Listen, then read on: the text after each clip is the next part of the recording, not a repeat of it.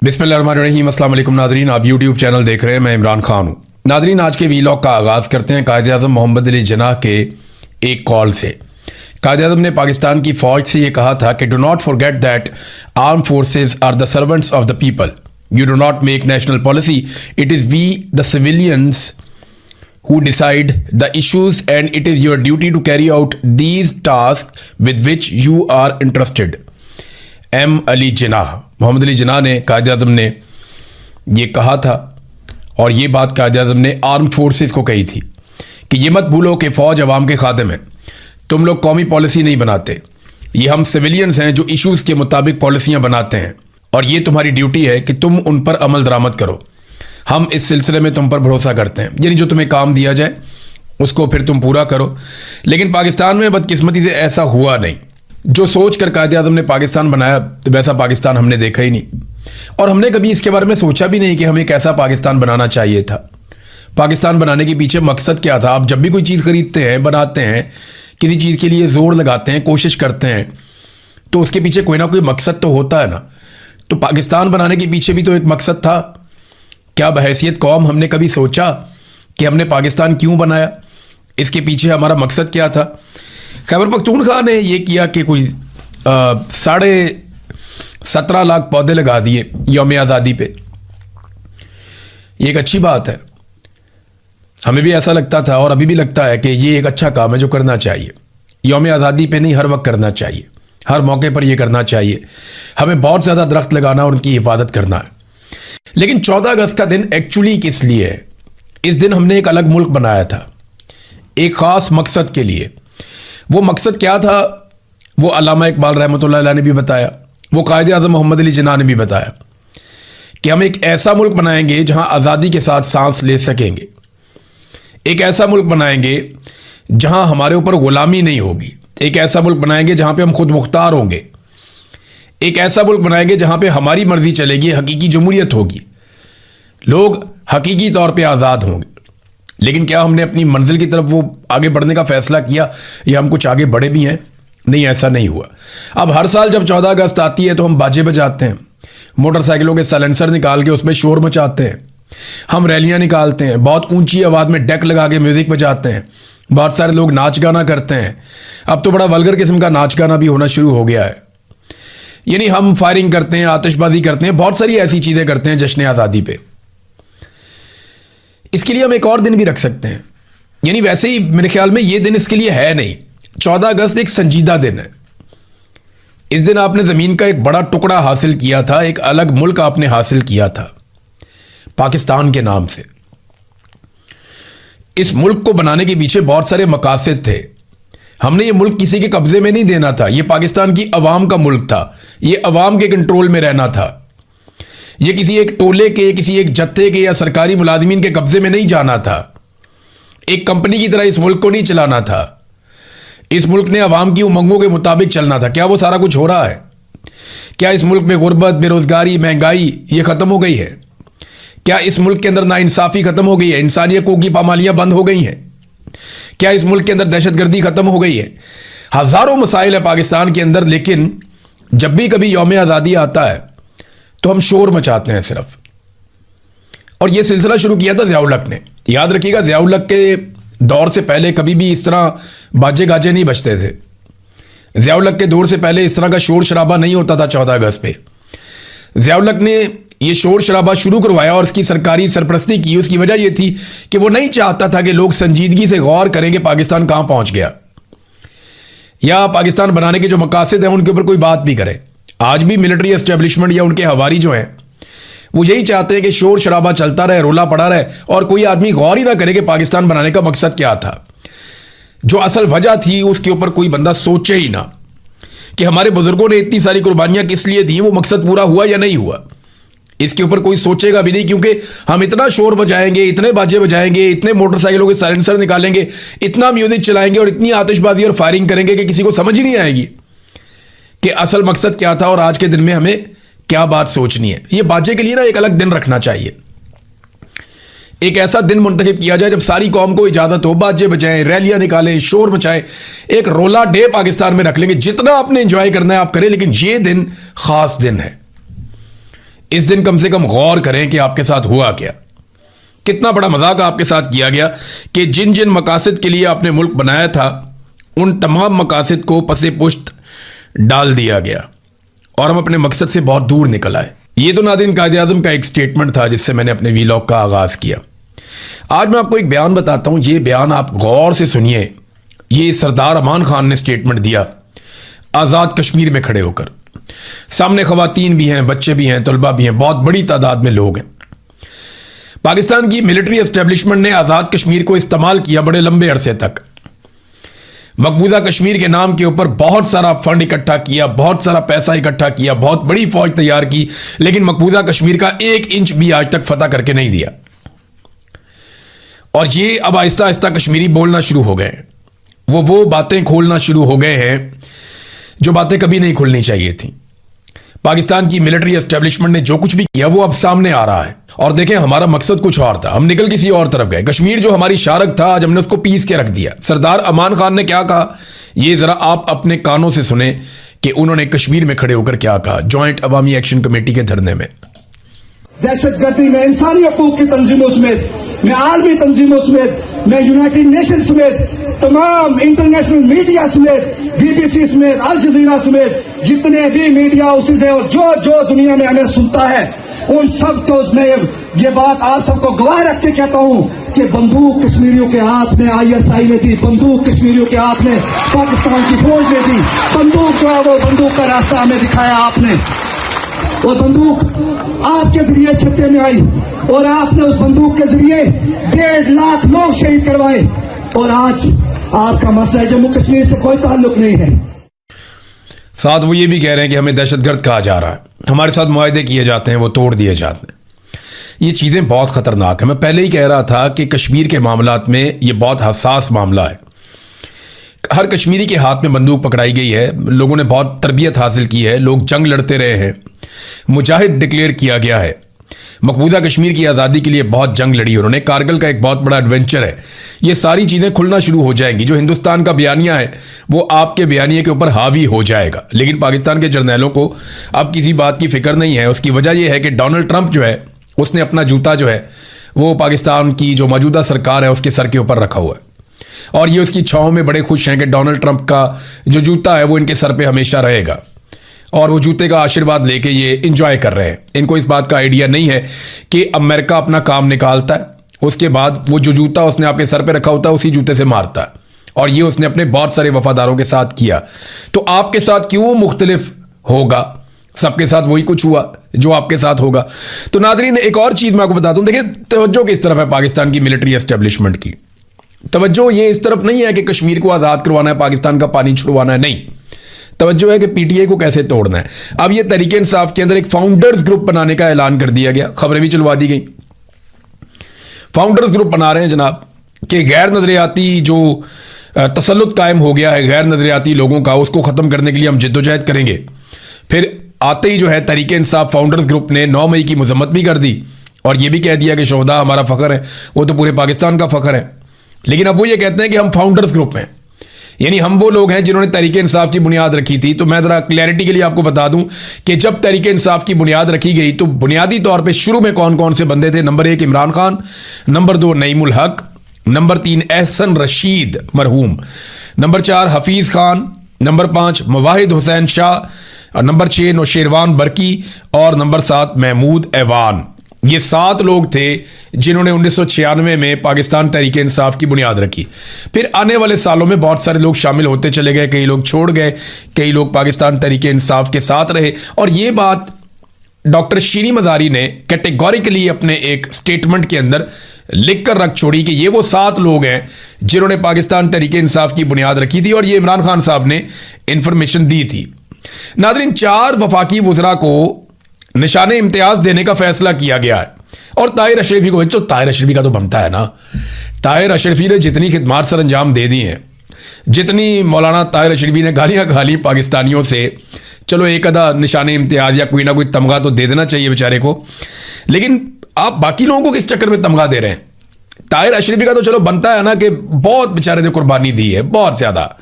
यानी जितना ताहिर अशरफी साहब ने पॉलिश की है और जितना ताहिर अशरफी साहब ने गेम चुक के रखी है ना, उतनी तो किसी ने नहीं भी की। तो बाकी एक तो मोहसिन नकवी को दे रहे हैं। हालांकि अभी थोड़े दिन पहले तक मोहसिन नकवी के बारे में वफाकी वज़रा ये कह रहे थे कि इसकी कारकर्दगी बहुत ख़राब है।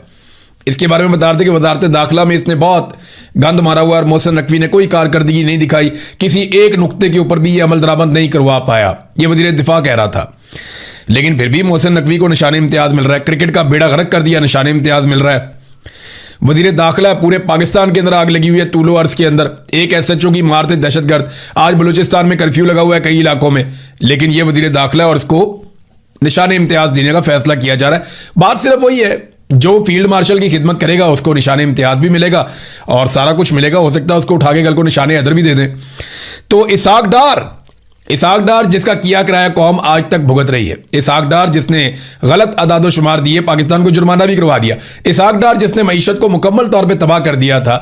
इसहाक डार जिसके बारे में जनरल बाजवा सहाफ़ियों को कहता था कि इस आदमी ने वो गड़े खोदे हैं कि पाकिस्तान 3 साल तक अपनी कमर सीधी नहीं कर सकता।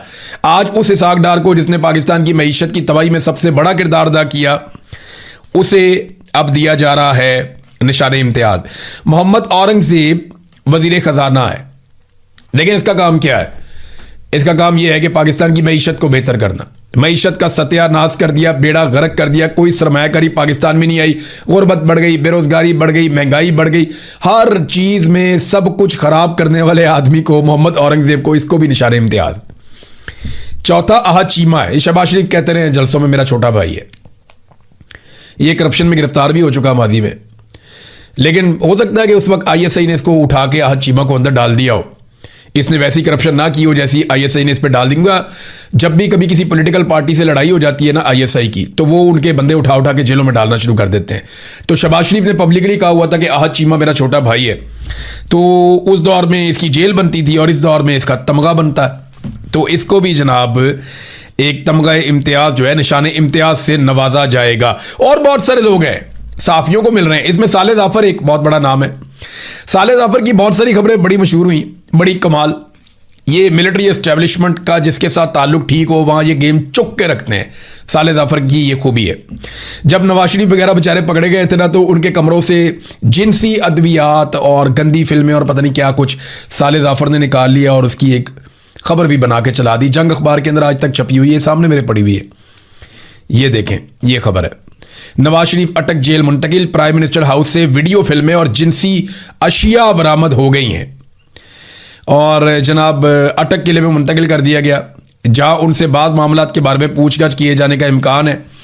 जंग को पता चला है कि वज़ीर आज़म से अहम मामलात के बारे में जो है वो बातचीत होगी और साथ उन्होंने ये बताया कि प्राइम मिनिस्टर हाउस में एक इंक्लूजर मखसूस था जिसके एक हिस्से को नवाज शरीफ के दामाद कैप्टन सफदर भी इस्तेमाल करते थे। शहबाज शरीफ की ख्वाबगाह से जिनसी मकासद के लिए इस्तेमाल में आने वाली अद्वियात मिली थी। अब पता नहीं क्या कुछ लिखा हुआ है, बकवास।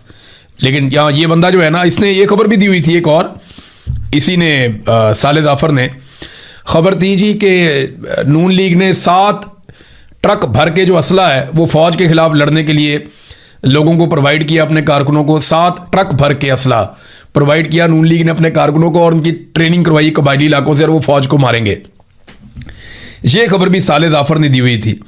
फिर मरियम नवाज के पीले रंग की कपड़ों की खबर भी साले जाफर ने दी थी। एक दफ़ा नवाज शरीफ जो है वो उधर किसी मुल्क में गए सेंट्रल एशिया में, तो वहाँ साले जाफर ने खबर दी कि उस दिन हल्की हल्की बारिश हुई, तो वहाँ पे उन्होंने कहा कि आपके वज़ीर आज़म तो रहमत हैं, यहाँ पे हल्की हल्की बारिश शुरू हो गई है। हालांकि उधर होती रहती है हल्की हल्की बारिश, तो वहाँ मौसम अच्छा है, उन मुल्कों का ठंडे मुल्क है, वहाँ पे चलता रहता है, लेकिन वहाँ जाके भी गेम चुक दी थी।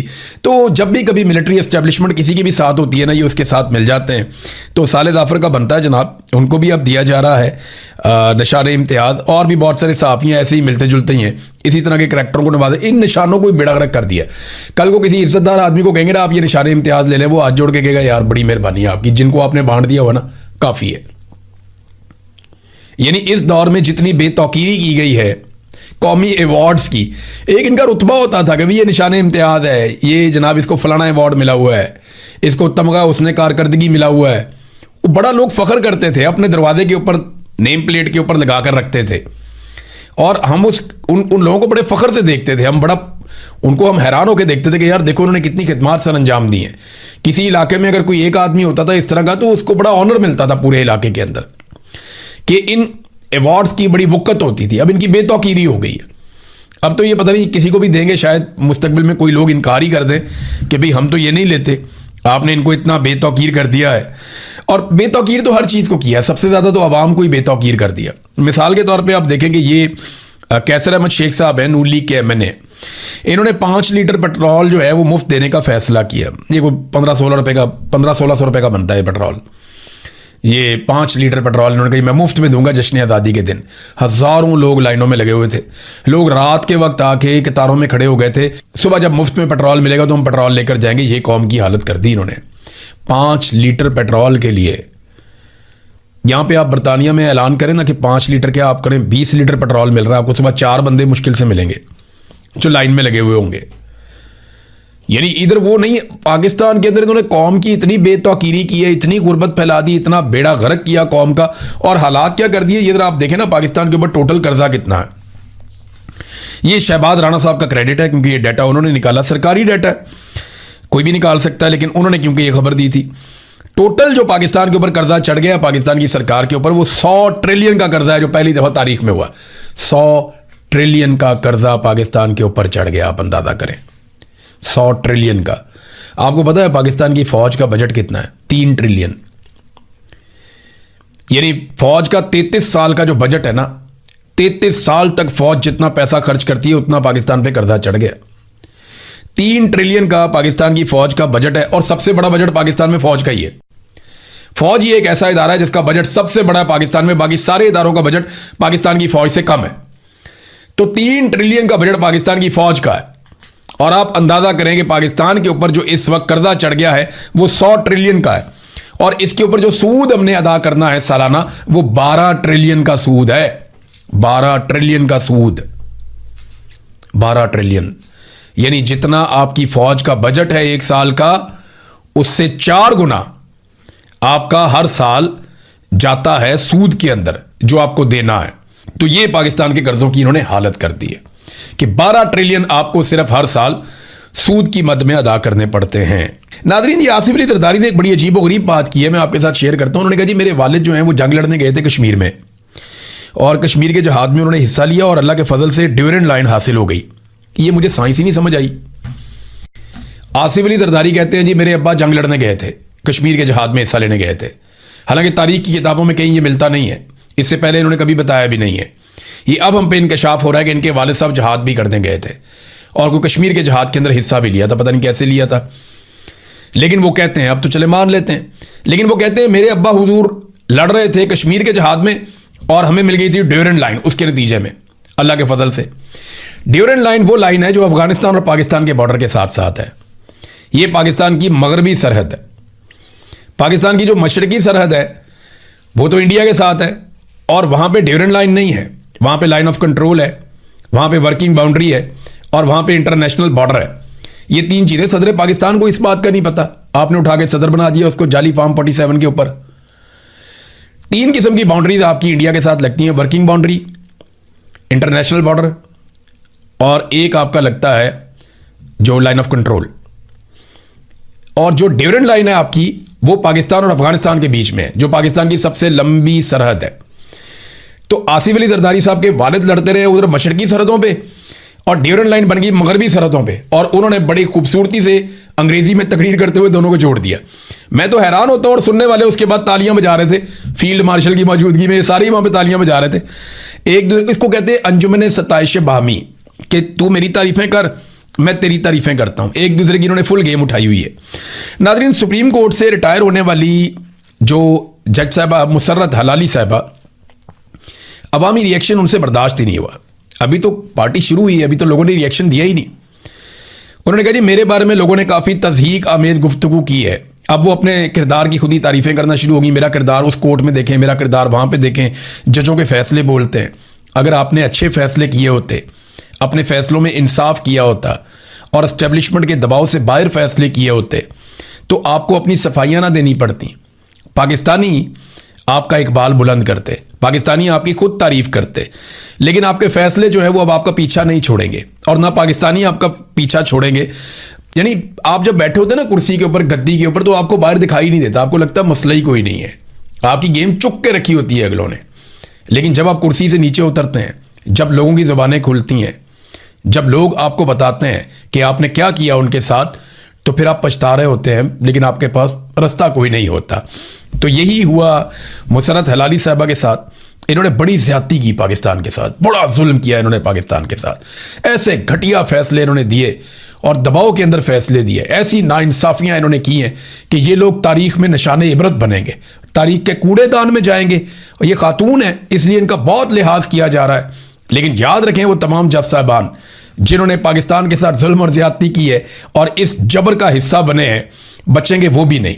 हर आदमी को निशाने इबरत बनाया जाएगा, कोई तारीख के हाथों बनेगा, कोई अवाम के जुमलों के हाथों बनेगा। लोग नहीं छोड़ेंगे, इनकी औलादें बता नहीं पाएंगी कि ये हमारे बुजुर्ग थे, ये बता नहीं पाएंगी इनकी औलादें कि हमारी इनसे कोई रिश्तेदारी है, या हम इन्हें जानते हैं, या ये हमारी मोहल्लेदार हैं, या हमारा इनके साथ कोई ताल्लुक है। चक्कर ही कोई नहीं। ये लोग रोएंगे सर पकड़ के कि इन्होंने किया क्या। पूरी कौम एक तरफ खड़ी है और ये अलग तरफ खड़े हुए सिर्फ एस्टेब्लिशमेंट की सफ के अंदर। नाज़रीन, आखिरी खबर मैं आपको दूं कि जो मोहम्मद हुसैन जिन्हें मारा गया रावलपिंडी में, जिनके बारे में क्लेम किया गया कि ये GHQ के ऊपर पाकिस्तान तहरीक इंसाफ का झंडा लहराने आ रहा था 30 बोर का एक पिस्तौल लेकर, और फिर इसे कत्ल कर दिया गया। अब उसकी मैयत अभी तक वापस नहीं की गई।